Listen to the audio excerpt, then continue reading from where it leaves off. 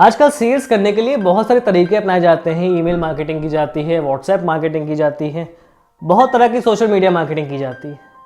लेकिन phone calls करने का ज़माना आज भी है। लोग फ़ोन पर सेल करते हैं और अपनी सेल जनरेट भी करते हैं। तो फ़ोन पर सेल कैसे की जाए, कैसे क्लाइंट को कन्विंस की जाए, कैसे उनसे बात की जाए, इसके बारे में हम इस वीडियो में बात करने वाले हैं। सब्सक्राइब करिए हमारे YouTube चैनल को और बेल आइकन को प्रेस करना ना भूलें, जिससे मिलते रहे आपको लेटेस्ट अपडेट्स। जब आप फ़ोन पर सेल्स कर रहे होते हैं, आपको बहुत एहतियात रखनी होती है कि आपका क्लाइंट आपकी कॉल से इरिटेट ना हो, वो बिजी ना हो, वो आपकी बात सुनने में कहीं ना कहीं इंटरेस्टेड रहे और वो as a typical sales person आपको डील ना करे। वो ये ना कहे कि मैं बिजी हूँ अभी। तो इसके लिए हमें कुछ पॉइंट्स नोटिस करने चाहिए, इन चीज़ों का ध्यान रखना चाहिए। पहला पॉइंट, आप किस टाइम पर कस्टमर को कॉल कर रहे हैं। आप जब कस्टमर को कॉल कर रहे हैं तो आपको ये पता होना चाहिए कि जिसको हम कॉल कर रहे हैं उसका वर्किंग टाइम क्या है, उसका ऑफिस कब खुलता है और कब बंद होता है। तो आपको ये ध्यान देना पड़ेगा कि आप उसके पीक वर्किंग आवर्स में कॉल ना करें।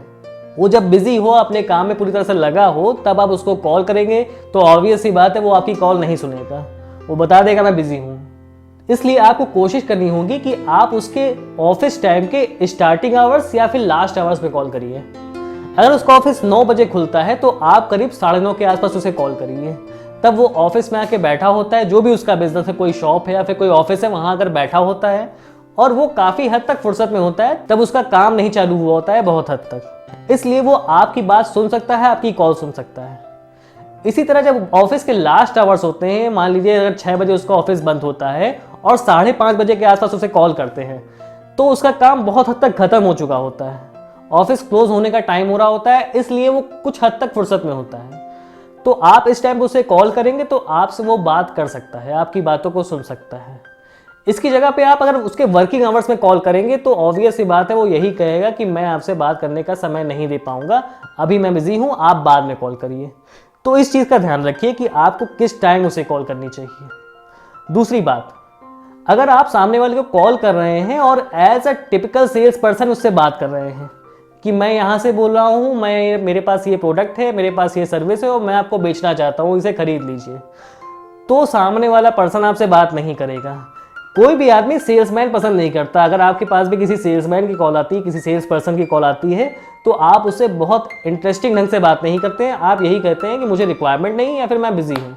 तो इसी तरह आप जब सामने वाले को कॉल कर रहे हैं तो वो आपसे यही कहेगा, अगर आपने एज ए सेल्स पर्सन बात की, टिपिकल सेल्स पर्सन बात की, तो आपसे यही कहने वाला है, मुझे आपके प्रोडक्ट की रिक्वायरमेंट नहीं है, मेरे पास टाइम नहीं है। इसलिए कोशिश करिए टिपिकल सेल्स पर्सन की तरह कॉल ना करके आप एज ए नॉर्मल पर्सन बात करिए। अगर आप टिपिकल सेल्स पर्सन की तरह बात नहीं करते तो एक पॉसिबिलिटी बनती है कि सामने वाला आपकी बात सुने।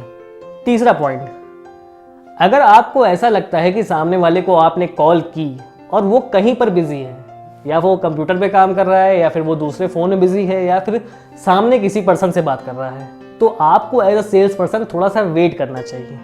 क्योंकि सामने वाला हो सकता है किसी से बात कर रहा हो, किसी दूसरे फ़ोन पे हो, किसी कंप्यूटर पे हो, काम कर रहा हो, तो आपको थोड़ा सा वेट करना चाहिए। आपको फ़ोन उठाते ही अपनी बात नहीं शुरू कर देनी चाहिए कि मैं पर्टिकुलर ये बोल रहा हूँ और मेरे पास ये प्रोडक्ट है, आप परचेज कर लीजिए।